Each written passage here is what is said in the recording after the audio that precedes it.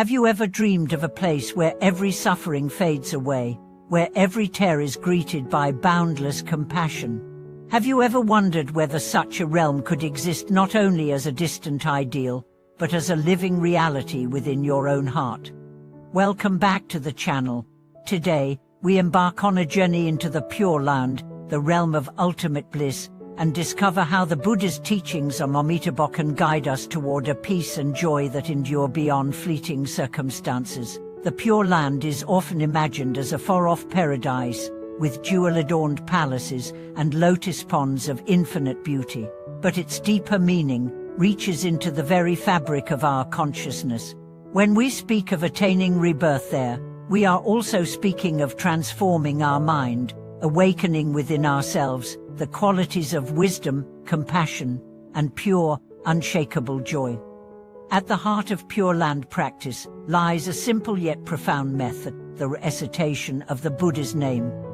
By repeating Amitabha Buddhas with sincerity and faith, practitioners align themselves with the Buddha's great vow to ensure that all beings, without exception, can realize liberation.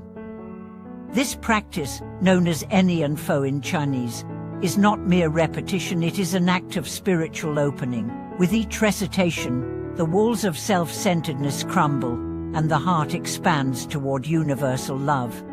Imagine a humble farmer in ancient China, waking before dawn to till the fields. His hands bear the caluses of labor, and his days are filled with toil.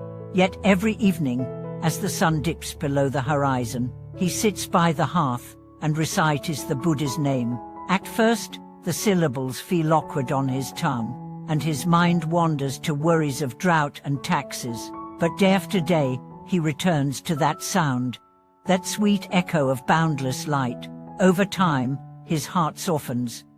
Irritability fades, compassion deepens. When a neighbor's oxen stray into his crops, instead of anger, he offers a gentle word and an invitation to share meals. In that transformation, the Pure Land blossoms not in a distant realm, but in the fields of his own daily life. This is the true power of Pure Land practice. It meets us where we are, in the ordinary moments of life, and lifts us toward the extraordinary. The recitation becomes a continuous thread of refuge, an anchor of faith, and a channel of merit. With each mindful breath and each whispered name, we weave a tapestry of hope that ripples outward, touching every corner of our experience. How does this practice bring lasting peace? First, it cultivates a deep trust in the Buddha's compassion, a trust that transcends our limited self-effort. Many spiritual paths emphasize arduous austerities or complex rituals. Pure Land, by contrast, offers a direct true. Rely on the power of Amitabha Shiva, and you too can be born in his realm of light.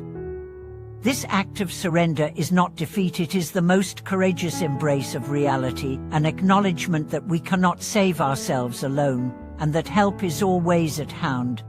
Second, the recitation purifies the mind. Every time you call the Buddha's name, you let go of distracting thoughts, regrets, or anxieties. You focus your entire being on a single intention, to be born in the Pure Land.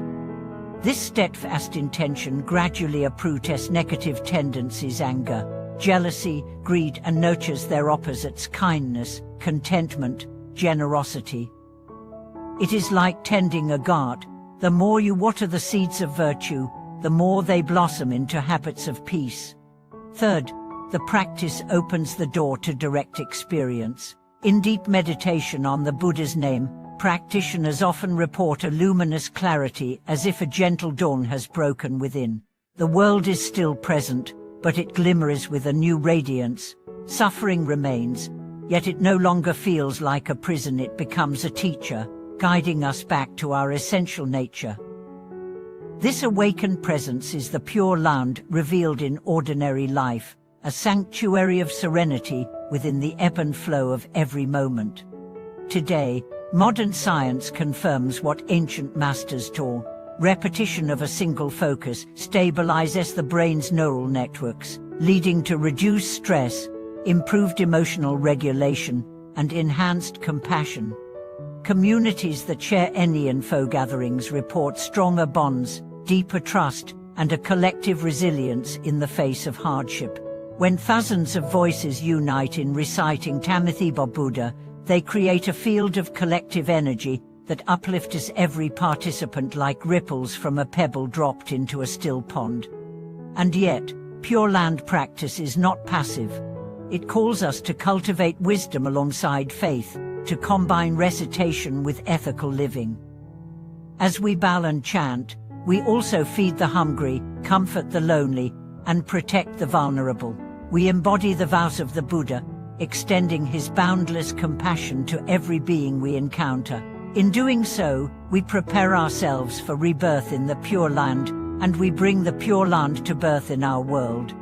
In the coming minutes, and in the many days ahead, let us explore the life stories of those who have walked this path. A disillusioned merchant who found peace through nightly recitation, a warrior whose heart was softened by the vow of Amitabha, a nurse who, chanting between patients, discovered that true healing begins within.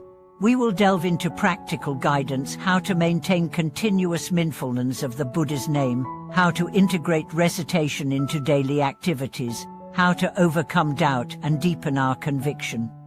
Above all, we will learn that the Pure Land is not a distant shore, but the very ground beneath our feet when we live with sincerity, humility, and love.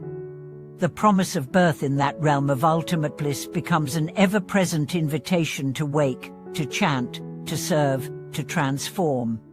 And in that transformation, we find the lasting peace and joy our hearts have always yearned for.